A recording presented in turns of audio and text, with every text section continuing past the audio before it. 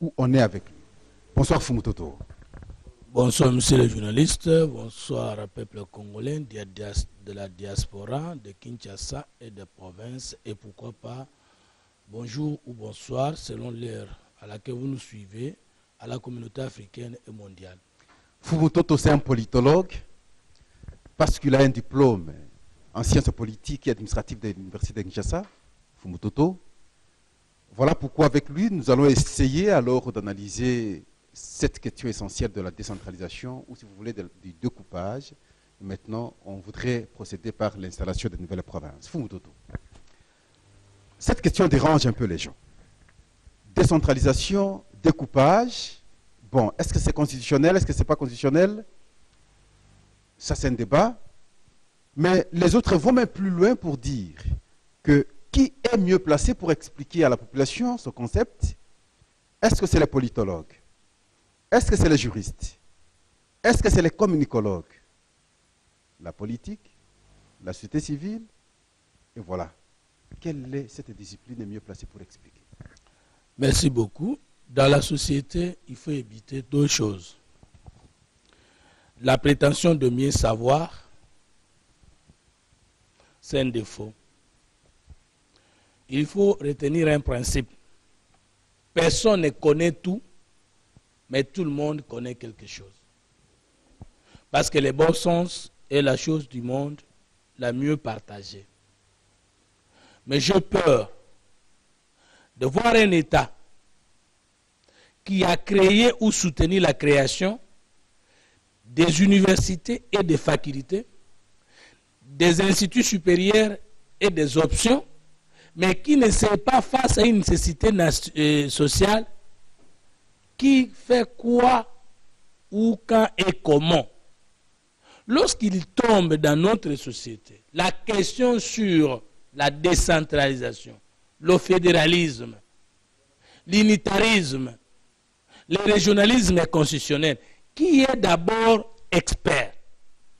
Nous devons d'abord commencer par dire que les expertises scientifiques sont des sections de la divinité ou du monde spirituel. Elles peuvent ne pas appartenir aux gens qui ont des diplômes juristes, politologues, économistes. Tu peux être économiste sans avoir l'âme de l'économie. Tu peux aussi être juriste sans avoir l'âme de l'économie. C'est-à-dire, entre les mots et les faits... Autant pour les politologues aussi. Autant pour les politologues.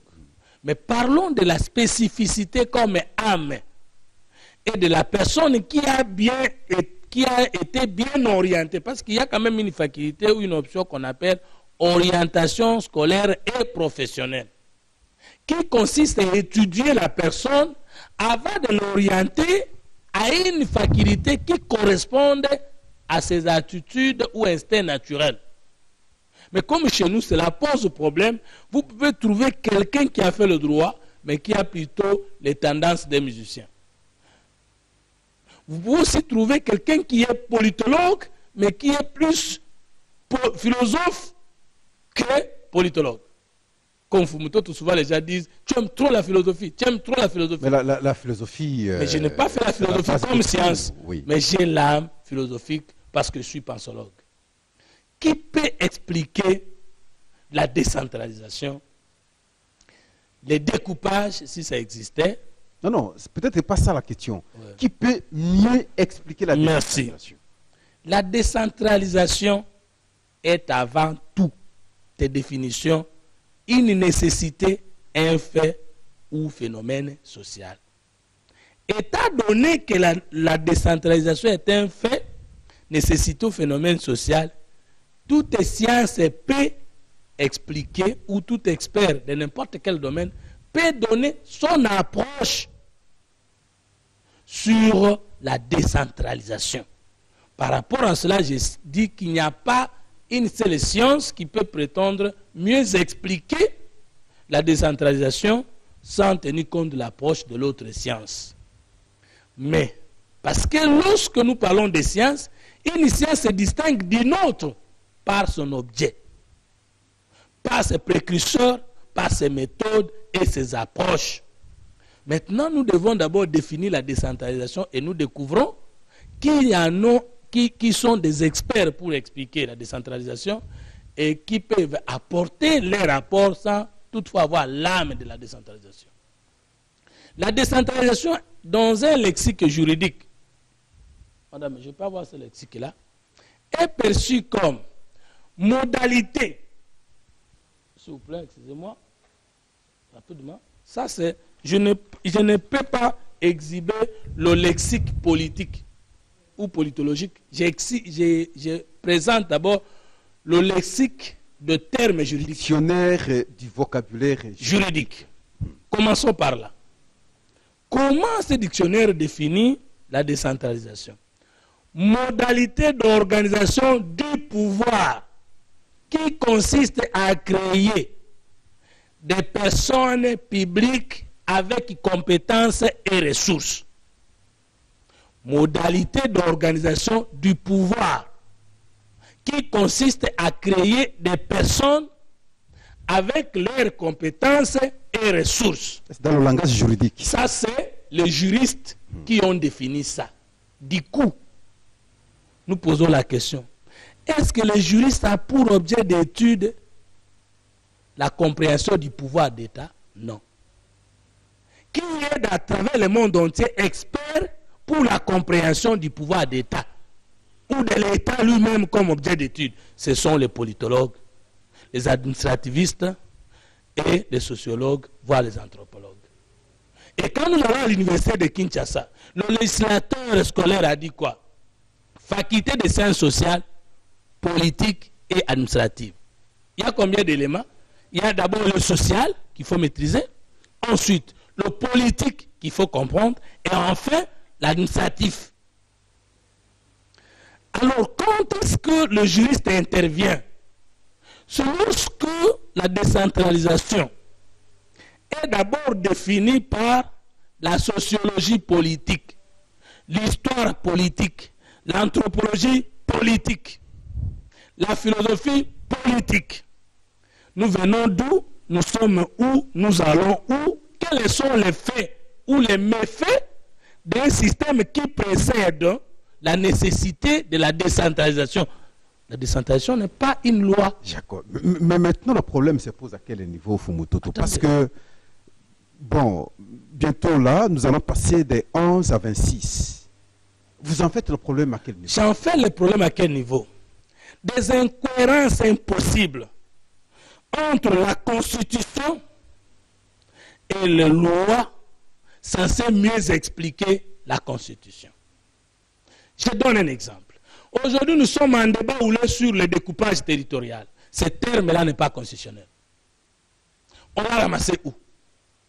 Aujourd'hui, nous sommes en débat ouvert sur le régionalisme constitutionnel, un concept absent dans la Constitution, mais qui figure dans le contenu de la loi portant organisation de la libre administration des provinces. Vous aviez lu attentivement la Constitution du début jusqu'à la fin. Je ne peux pas passer à la télé, débuter des choses sans preuve.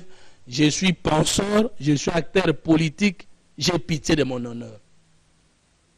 Donc, j'ai dit que le concept, même le mot décentralisation, n'est pas dans la Constitution. Mais lorsqu'on a parlé de 26 provinces pour le pays, le concept employé était quoi?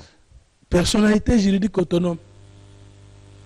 Article 3 de la Constitution. Lorsqu'il fallait passer de 11 à 26, la Constitution a parlé de quoi? Vous savez, unitarisme et fédéralisme sont des formes de l'État. Mais quand vous prenez l'article 220, parmi les matières qu'on ne peut pas toucher ou qui ne peuvent pas être concernées par une révision, on parle de la forme républicaine de l'État. Est-ce que la République est une forme de l'État ou est un système politique? Et j'ai compris que dans nos lois, dans nos constitutions, il y a ce qui manque. La place des philosophes, des anthropologues, des sociologues et de beaucoup d'experts que la société congolaise n'a pas encore su consommer leurs factures. C'est pourquoi je dois taper là-dessus et expliquer. Alors je reviens sur qui peut m'expliquer la décentralisation. C'est la personne qui est allée soit à l'université ou par expérience ou qui a été initiée à comprendre la notion du pouvoir d'État. Parce qu'en politique, on ne peut comprendre la politique que par 3 étapes. Soit vous êtes inspiré, penseur politique, soit vous avez fait des sciences po, étudiant en politique, soit vous êtes initié par quelqu'un qui a fait longtemps la politique, même sans avoir été politologue. Alors à ce moment-là, c'est tout scientifique averti, peut-être à mesure alors d'expliquer le concept. Attendez, maintenant que nous venons de comprendre que la décentralisation est une modalité d'organisation qui consiste à créer des personnes publiques avec compétences et ressources, et j'ajoute autonomes. Maintenant, je reviens. Mais quels sont les faits qui précèdent la décentralisation? 1. La centralisation du pouvoir. 2. La présence des leaders éclairés. 3. La dictature. 4. La monarchie. Ça veut dire la pensée unique. Ça veut dire l'histoire commune. Ça veut dire la pensée impérialiste ou dictatoriale. Maintenant, décentraliser, ça veut dire que nous n'acceptons plus la présence d'un leader éclairé qui pense que tout ce qu'il dit est vrai, pour qu'il puisse prendre à lui seul toutes les décisions de l'État et qu'on le répercute dans toutes les entités ou collectivités nationales sous sa tutelle. Nous n'acceptons plus que le pouvoir central puisse tout concevoir et tout dicter sur base ou sur les institutions. Non, nous voulons avoir plusieurs centres d'impulsion politique et administrative. Lorsque nous parlons de la décentralisation comme pouvoir administratif, les experts sont les politologues. Mais le constat... Attends. Non, mais nous vous comprenons.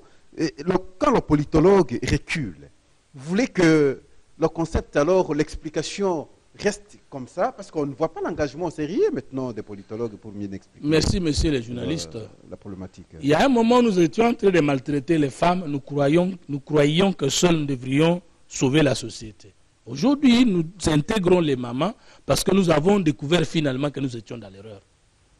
Si au Congo on a pensé... Mais les mamans continuent à se complexer. Mais déjà le combat est là.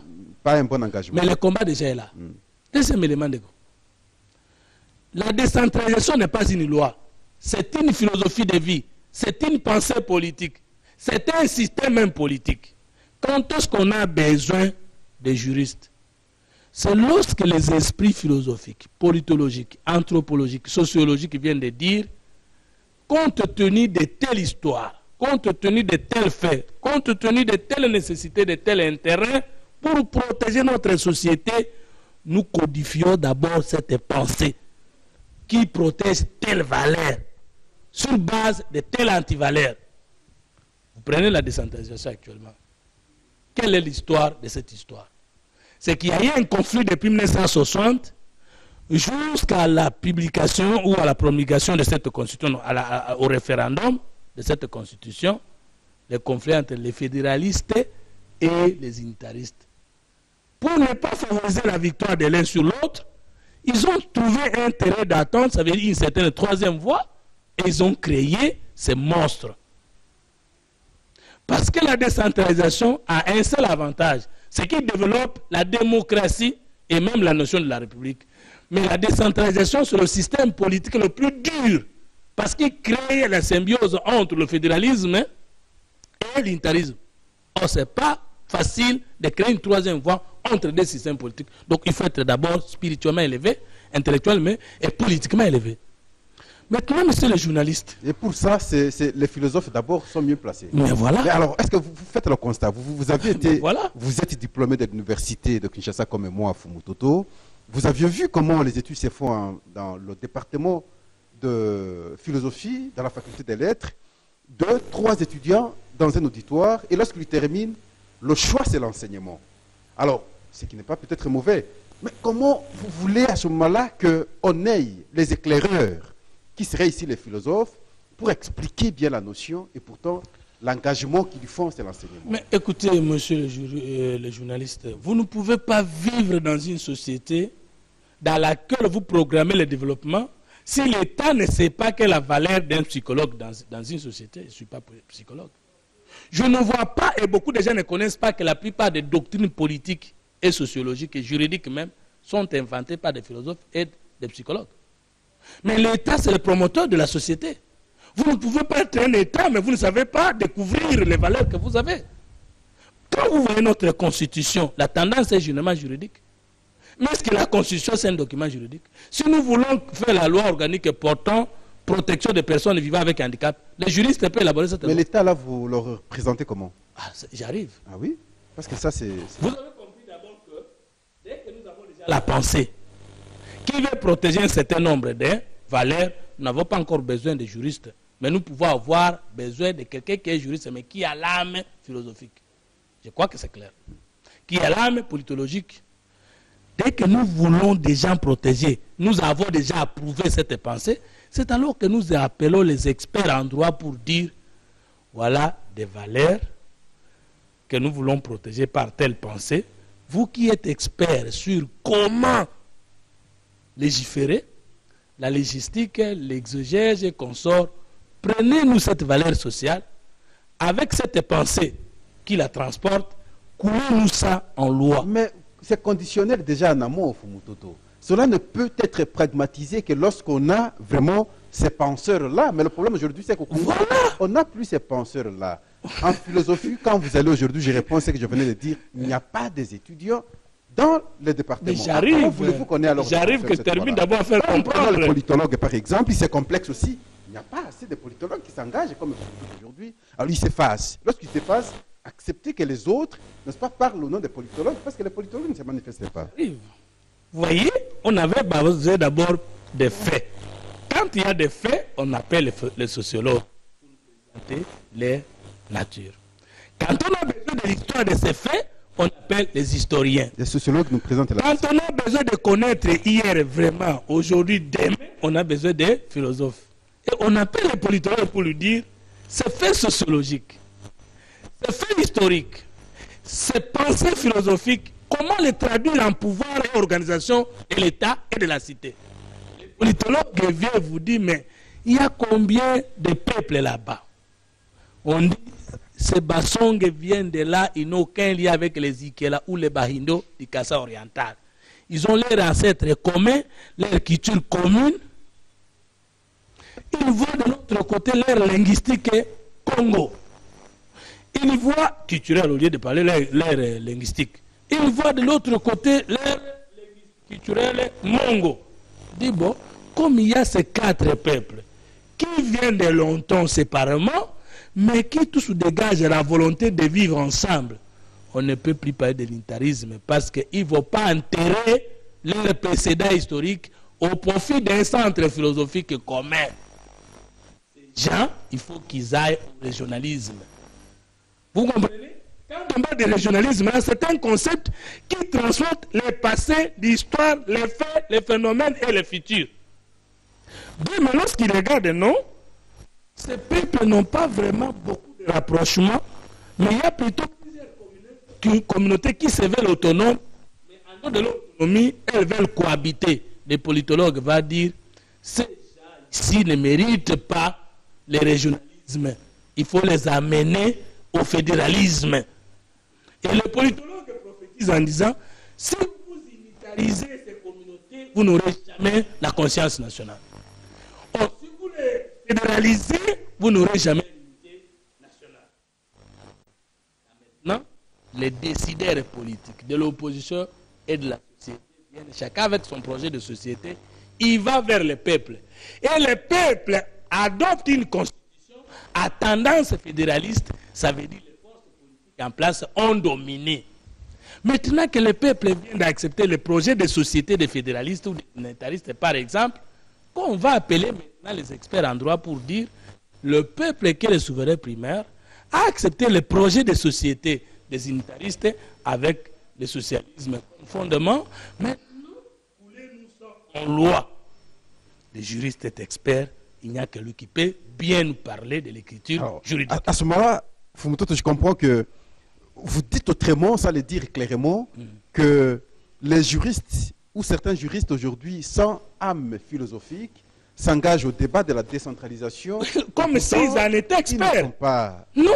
Nous avons besoin de tous ceux qui sont juristes et qui n'ont pas l'âme philosophique, anthropologique, politologique, psychologique. Nous aurons besoin d'eux, mais plus tard, après avoir fixé le Congo, dans la pensée. Alors maintenant, pour les politologues, parce que vous l'êtes, la décentralisation, le découpage doit être perçu comment, ou expliquer clairement comment, pour que les gens comprennent non seulement ses inconvénients, mais en même temps les avantages, parce que les gens rêvent maintenant les avantages, entre autres le développement, en tout cas, de notre pays. Très brillante question. Mais avant de répondre à cette question, je vais faire venir maintenant l'importance des économistes dans la décentralisation. Ils nous diront, messieurs les penseurs, nous venons de comprendre la valeur que vous protégez par vos idées. Les juristes viennent de nous donner les lois capables de protéger cette valeur et la pensée. Mais nous vous posons la question de savoir, ces entités que vous venez d'accepter, que vous venez de créer par la loi, où est-ce que vous aurez le financement ou le moyen financier, où est le budget de ces entités, le budget de l'État et le budget des provinces, comme soutient Adolphe Mouzit. Le budget de l'État, c'est quoi? C'est et le budget du pouvoir central, et le budget des provinces, et le budget des entités territoriales décentralisées, consolidées, pour nous donner une vue claire de ce que nous étions hier, de ce que nous sommes aujourd'hui et de ce que nous voulons devenir demain, afin d'apprécier les charges d'État. Et je donne un exemple. Aujourd'hui, avec un budget de 6 milliards, nous voulons aller de 11 provinces à 26 provinces. Nous sommes déjà allés. Nous sommes allés de 11 à 26 provinces. Mais nous n'avons pas le budget global qui est le budget de l'État pour savoir, voici combien ça va nous coûter les 26 assemblées nationales, les 26 gouvernements nationaux, les 26 assemblées provinciales. Et puis les nouveaux députés, les nouveaux commissaires, les nouveaux conseils, tout ça, l'économiste viendra pour dire, monsieur, je suis d'accord avec votre pensée, je suis également d'accord avec vos lois, mais dégagez-moi d'abord globalement le tableau prévisionnel des recettes en amont et en aval de ces charges d'État. Là, le politologue doit fermer sa bouche. Il regarde l'économiste. Le juriste doit fermer sa bouche tout de suite là. J'ai dit tout de suite là, il doit fermer poliment sa bouche. Il ne peut même pas parler. Sauf si ces juristes, tout en état juriste, a été initié aux questions économiques. À ce moment, j'ai dit aux gens de ne pas vous présenter avec les diplômes licenciés en droit en sciences politiques, venez avec l'âme scientifique. Parce que quelqu'un peut être licencié en sciences politiques, mais il a une expérience en questions journalistiques. Donc vous risquez de faire l'erreur en vous présentant avec les diplômes, ça la matière, il va vous enterrer. Nous revenons au fait, parce que là nous sommes dans la réflexion. Okay, maintenant. Est-ce que, autrement dit, la décision du découpage aujourd'hui des 11 à 26 n'a pas tenu compte de tous ces paramètres, paramètres financiers. Et non, philosophiques d'abord. Nous sommes allés dans la brutalité sans tenir compte de ces On n'a pas tenu compte d'abord des paramètres politologiques. Où est le pouvoir d'État? Qui a donné le pouvoir au pouvoir central? Vous entendez aujourd'hui, les gens parlent improprement. Les transferts de compétences. Non. Dans la décentralisation. Comme si c'est la volonté du pouvoir central. Les transferts de richesses. Non. C'est une aberration. Qu'est-ce qu'on aurait dit? Dans la décentralisation, le pouvoir central n'a pas transféré des compétences au pouvoir provincial et aux entités territoriales décentralisées. Le pouvoir est dans la Constitution défini par le peuple lui-même qui est le constituant par ses représentants. Parce qu'une Constitution républicaine a 2 étapes.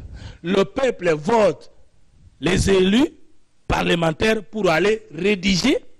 Les élus parlementaires rédigent la Constitution, présentent au peuple pour son approbation.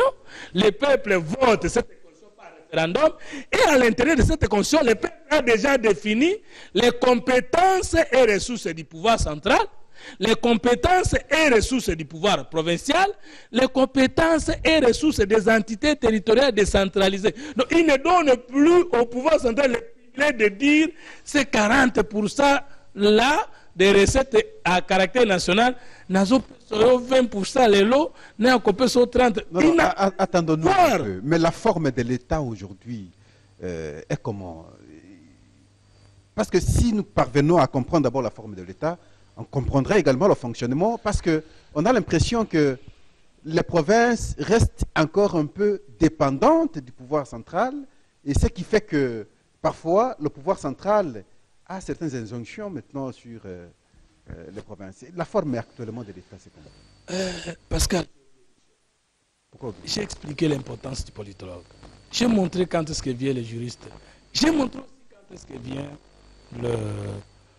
l'économiste, mais j'ai oublié de dire. Faire. La vertu et la raison. Et puis le psychologue vient vous dire où est la notion de l'autorité et de la conscience des gens dans ce que vous avez établi, pour que même lui-même, Congolais, sans quelqu'un d'autre qui puisse respecter la loi. Et le communicologue vous dira, mais vous n'avez pas bien expliqué tout ce que vous avez pensé. Oui, Fumutoto, mais ce sont des concepts, la ce sont des termes rien. techniques.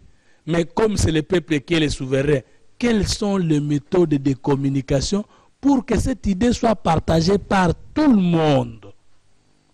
Et maintenant, vous voyez, et alors, citez-moi n'importe quel expert, vous allez comprendre qu'il a de l'importance dans la décentralisation. Mais nous avons tué les Congo en disant que le pays était le pays des juristes et des économistes. Si on va avoir un premier ministre, on dit, mais il est économiste, oui. Et aussi, on va avoir un programme du gouvernement. Le président de la République prononce un discours. Il dit, le gouvernement de cohésion doit enrichir les programmes économiques en cours. Le pays ne peut pas être dirigé par un programme économique. Le pays est toujours dirigé par un programme philosophique, politique, avec les aspects juridiques, économiques à l'intérieur, parce que l'économie n'est qu'un aspect de la vie. Vous allez parler de budget, vous n'avez pas la pensée. C'est le nombre qui influence Fumutoto. Vous savez, lorsque les autres s'effacent, accepter que ceux qui sont en tout cas plus nombreux prennent alors le dessus sur les autres. C'est le cas des juristes aujourd'hui. Vous voyez à l'université de Kinshasa combien prennent l'inscription par année, et également en économie, mais comparativement à la faculté des lettres, également faculté SPA, le problème se pose effectivement. Donc le nombre est tellement petit. Les États-Unis d'Amérique ont proposé des moyens pour les Africains. Et ils ont demandé les projets. Est-ce qu'à lieu et place des projets, vous allez amener les lois? Un projet, ce n'est pas une loi. C'est ça la faiblesse. Moi, pourquoi je n'ai pas décidé de créer un parti politique? Parce que j'ai compris que c'est un faux débat. Pourquoi je n'ai pas décidé de défendre l'opposition à la majorité? J'ai compris que c'est un faux débat. Nous sommes en crise spirituelle, intellectuelle et structurelle. Évitez aussi d'avoir un pied dedans, un pied dehors. Non, je n'ai pas de problème d'un pied dedans, d'un pied dehors. Les biens est bien d'où qu'ils viennent, je les soutiendrai. Si quelqu'un de la majorité fait les biens, je le soutiens. Si quelqu'un de l'opposition fait les biens, je le soutiens. Pourvu qu'avec ou ça, Fumutoto, que le Congo gagne. La Bible n'aime pas des gens comme ça. Non, écoutez. Vous devez vous parlez engager. d'après ces 3 verset 14, vous descendez. Alors, ne soyez pas ni chaud ni froid, Fumutoto. Non, alors je vais expliquer. C'est bien. Tu n'es ni chaud ni froid, je vais te vomir. Spirituellement, va dire, tu ne peux pas appliquer et le sacerdoce de Moïse et le sacerdoce de Jésus. Tu ne peux pas appliquer les messages de l'ancienne alliance dans la nouvelle alliance. Autrement dit, tu ne peux pas être avec la vérité et les mensonges. Or, la question entre l'opposition et la majorité, il n'y a pas un Dieu. Nous sommes en présence, il y a des gens qui pensaient que Dieu c'est l'opposition, le diable c'est la majorité, c'est faux. Nous sommes plutôt en présence de 2 projets de société. Alors ne soyez pas comme une chauve-souris. La chauve-souris a sa femme, s'appelle aussi chauve-souris. Ses beaux-frères s'appellent aussi chauve-souris. Ses petits frères s'appellent aussi chauve-souris. Et donc c'est une espèce. Si je peux être chauve-souris, pourvu que j'ai une femme chauve-souris, un beau-père chauve-souris, ma mère chauve-souris, mon père chauve-souris, c'est aussi une espèce. Donc, les gens qui disaient que la chauve-souris était décédée, qu'il n'y avait pas déjà pour l'enterrer, ils sont dans l'erreur parce que ses beaux-pères, ses beaux-fils, sa famille, son père, sa mère devaient le pleurer. Alors que les gazelles ne pleurent pas les gazelles. D'ailleurs, si la chienne meurt, c'est les chiens qui la dévorent. Donc c'est un faux débat. Les gens avaient faiblesse. Quand nous allons au Parlement, il y en a qui sont pour, il y en a qui sont contre, il y en a ceux qui s'abstiennent. Je vais saluer le modérateur de l'opposition républicaine, honorable Mondolé, qui pour la première fois depuis que nous avons commencé avec la 3e voie, au cours d'une réunion, avait accordé la parole à l'abstention de la 3e voie. Nous avons posé la question qui sont pour, on a manifesté, qui sont contre, on a manifesté. Maintenant, quand il voulait adopter, j'ai dit non, l'abstention doit s'exprimer. Et il m'a donné la parole, je me suis exprimé et le pour et le contre étaient tombés au profit de l'évidence. Que mort ou vivant, je gagnerai par la raison. Mais les sentiments tomberont et nous construirons. On revient à la décentralisation. Alors, à la décentralisation, vous avez parlé de l'indépendance et de la forme de l'État. Mais pourquoi la forme de l'État congolais n'est pas claire? Mais parce que lorsqu'on élabore les lois, on se donne confiance seulement aux juristes et parfois aux économistes. La forme n'est pas claire comment? Quelle est la forme de l'État congolais actuel? Non, ce n'est pas moi, à vous de me poser la question. C'est pas Moi, je connu. pose la question. Nous sommes Vous êtes politologue, vous lisez très sérieusement la condition, vous connaissez la forme de l'État. Ni fédéral. Nous Même sommes chose. hybrides. Oh. Et je rappelle au peuple congolais que dans mon mémoire de licence de 2003, j'étais parmi les experts congolais à proposer le dépassement de l'unitarisme et du fédéralisme vers la troisième voie. Parce que les gens pensent que la troisième voie, je l'ai commencé aujourd'hui. Mais mon mémoire de licence est là. Et je me suis même réclamé les pères de cette constitution en 2003. Vous vous rappelez? J'avais dit que ce sont mes idées. Dans mon mémoire de licence qui précède cette constitution, j'avais proposé que le Congo ait 25 provinces. Et j'avais démontré l'alchimie pour y arriver. Je n'ai pas été écouté. Aujourd'hui, nous serons bloqués, messieurs les journalistes. Nous parlons de pouvoir. Lorsque nous acceptons que nous sommes dans la décentralisation et que nous révisons la Constitution le 26 janvier 2011, en donnant au chef de l'État le pouvoir de relever les gouverneurs des provinces de leurs fonctions. Mais c'est ça la centralisation du pouvoir. On a déjà quitté la décentralisation. Et du point de vue de la conception... Vous savez que cet aspect a été trop politique parce que c'est dans la révision de la Constitution que cet aspect a été injecté et donc c'est un engagement politique simplement. Ça n'a pas été... Monsieur le journaliste, je vous ai dit que l'approche politologique ou politique de la décentralisation, on doit d'abord définir d'où vient le pouvoir. Les compétences et ressources du pouvoir central ne viennent pas du pouvoir central lui-même. C'est le peuple qui lève l'option pour dire voici les compétences du pouvoir central et ses ressources. Je cite, le pouvoir central dans une décentralisation ne s'occupe que de deux aspects simplement. Le pouvoir, l'aspect politique interne et l'aspect politique étranger, avec les missions régaliennes, notamment l'armée, la police, la justice. Oui, parce que moi, je vais vous expliquer la politique engagée ici. Parce que vous parliez ici du pouvoir qu'on a pu donner au chef de l'État de pouvoir relever un gouverneur. Et vous vous en souviendrez, M. Fumu Toto, que cela a été inscrit dans la Constitution lorsqu'on avait révisé la Constitution. C'est par la volonté politique engagée de ceux-là qui voulaient peut-être, n'est-ce pas, au nom des intérêts, ils voulaient protéger le pouvoir. Et voilà, on a inscrit ces choses. Mais dans la volonté de la population ou du peuple, lorsqu'on votait la Constitution, ce n'était pas ainsi. Vous avez compris que dans l'approche politologique du pouvoir, dans la décentralisation, le pouvoir du gouverneur vient de qui? De la population de sa province. Qui vote les députés provinciaux et ceux-ci votent les gouverneurs. Qui paie les moins, paie les plus. Cela donne à la population de chaque province le pouvoir de se choisir ses propres dirigeants, de les contrôler et de le renverser si ceux-ci ne travaillent plus au bénéfice de sa province, de leur province. Mais maintenant, que ceux qui ont été votés par les populations de la province peuvent être révoqués par le président de la République, c'est la centralisation du pouvoir. Où est la décentralisation? Premier aspect. Deuxième aspect, j'ai la loi de programmation. Très rapidement parce qu'il nous reste la loi de programmation pour l'installation de nouvelles provinces. Est-ce que beaucoup de gens connaissent que même la ville province de Kinshasa, le Nord Kivu, le Sud Kivu, le Congo central et le Maniema, qui sont les 5 provinces qui ne sont pas concernées par le découpage, sont concernées par la décentralisation. Ça veut dire qu'on doit aussi installer la ville de Kinshasa lorsqu'on doit aussi installer les autres provinces. On doit aussi installer la province du Congo central. Ça veut dire qu'on doit lui donner ses compétences et les ressources qu'on lui a ravies par le pouvoir central. On ne peut plus parler de transfert de compétences. Non, le pouvoir central, lui, ne donne pas les compétences. C'est le peuple lui-même qui a donné les compétences de chaque entité dans la Constitution. Alors, regardez, on nous parle de découpage, mais le terme sacré, ce n'est pas le découpage, c'est la subdivision géopolitique et administrative. C'est ce qui est écrit dans la Constitution. Non, la Constitution ne parle pas de découpage, non plus de la subdivision. Donc c'est un concept inventé. Ça veut dire que si les politologues étaient présents et qu'il était écouté, il allait dire il y a la décentralisation politique, il y a la décentralisation technique lorsqu'il s'agit des établissements publics et il y a la décentralisation territoriale. Et la Constitution serait potable parce que les idées seront lisibles et les juristes congolais compétents viendraient pour les harmoniser avec le langage de la loi. Voilà le problème. Donc, ce que j'ai dit aujourd'hui, c'est que nous sommes dans une crise d'hommes, d'écriture et d'organisation. Nous sommes dans une crise conceptuelle, mais ce ne sont pas les lois et les budgets qui vont résoudre cette équation. Il faut réveiller les philosophes s'ils sont déjà décidés. Mais la faute, c'est à qui finalement? Moi, je vous incombe, vous, Fumutoto, la faute, parce que quand vous allez dans beaucoup de ministères ici, vous trouverez la répartition des conseillers, par exemple, juristes, même dans une filière où il n'a pas d'expérience. Juriste, économiste.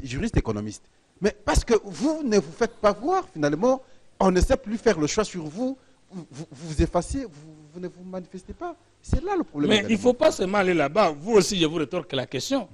Mais aussi dans les ministères, nous trouvons des journalistes de l'IFASIC, des conseillers en communication politique des ministres. Je ne veux pas vous répondre à cette question, voilà, mais je voilà. vous dis simplement... Maintenant, comme ça vous concerne, vous moi, je refusez. vous dis simplement qu'à l'université de Kinshasa, c'est là où nous avons étudié les sciences de l'information et de la communication. En tout cas, nous sommes de la première promotion. On n'a pas assez de générations. Je vous promets, dans les temps où vous vous rendrez compte qu'ils vont envahir l'espace. Merci beaucoup. Parce qu'ils vont Il faut que désormais, dans notre pays, pays, nous puissions connaître qu'il existe des différences entre un conseiller en communication et un chargé de presse. C'est différent. C'est trop différent, nous savons. Les chargés de presse relatent au public les faits et les phénomènes sociaux qui se passent dans les ministères. Les activités, les actions et organisations du ministère. Mais le conseiller en communication transmet la pensée politique des actions et des organisations de l'homme d'État. C'est la même chose. Comment vous allez prendre quelqu'un qui n'est pas politologue, qui n'est pas anthropologue, qui n'est pas communicologue, chargé de communication? Alors le travail qu'il fait comment? Vous avez animé un point de presse, lui il prend ça, il met dans les médias. Ça la communication. Ça c'est la presse, c'est pas la communication. Voilà, moi je dis que dans les paradigmes, nous allons revenir sur les rôles des disciplines, sur les rôles des sciences. Si nous n'utilisons pas l'homme qu'il faut à la place qu'il faut, même si nous sommes remplis de volonté politique, le Congo ne va pas se développer. Vous savez, pour que le Congo se développe, il faut que nous puissions chacun imiter la divinité. La divinité, c'est l'expertise, c'est la raison. C'est le principe. Et si on ne respecte pas les principes avec les sentiments, on ne développe pas un peuple. Ça va partir d'où? Du sommet ou d'en bas? De partout. Parce que le sommet n'est pas naturel. Hein? Parce qu'on voit les engagements, on ne tient pas compte de ces aspects au niveau du sommet. C'est déjà un problème. Monsieur le journaliste, je vais vous donner un exemple. Moi, j'ai créé un courant de pensée. Je parle d'un Congo nouveau et meilleur. Et je parle de la création des nouveaux, des Congolais nouveaux. Et je dépose le 2 août 2011 un volume de 4000 pages à la Bibliothèque nationale.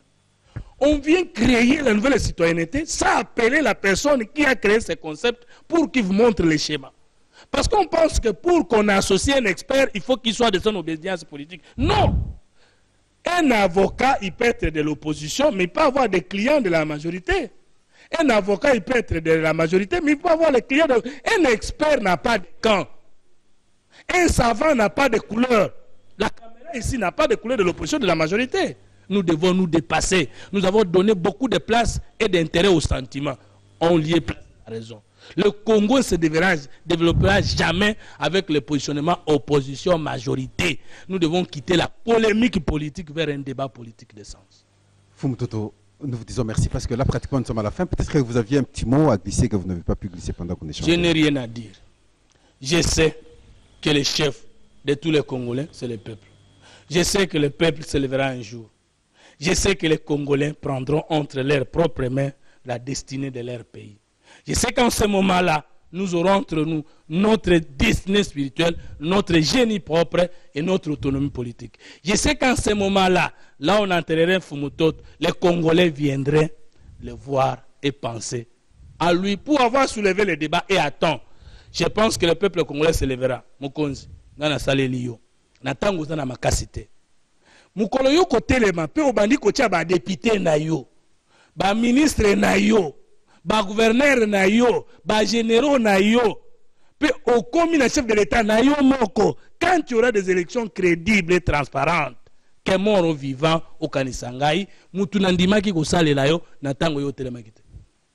Na pesi mbote na bakonzi na ngai ya diaspora les Congolais bakonzi na ngai ya Kinshasa, les Congolais, puis la province. Moi, je suis à lobby mingi. Ce qui est réel, les alibos limbisaï. Et ça a posé un peu comme tel lobbysaï. Vous pensez que cette inconscience de la population ou du peuple peut prendre combien de temps? Je pense que baza en retard. Bato a kaisa ki bakonyata Congo libela. Nous vous disons merci. C'est moi qui vous remercie.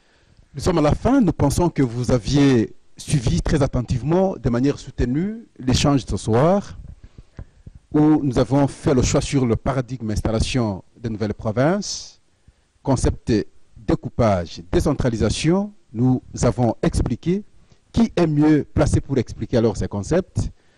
On a parlé des politologues, on a parlé des juristes, on a parlé des philosophes, on a parlé des communicologues, on a parlé même des psychologues également. Alors, nous pensons que vous aviez compris à telle instance qui est habilité à dire quoi à chaque instance. Et je crois que après cet échange, vous n'aurez pas la même lecture que celle que vous aviez avant. Alors, nous vous disons merci.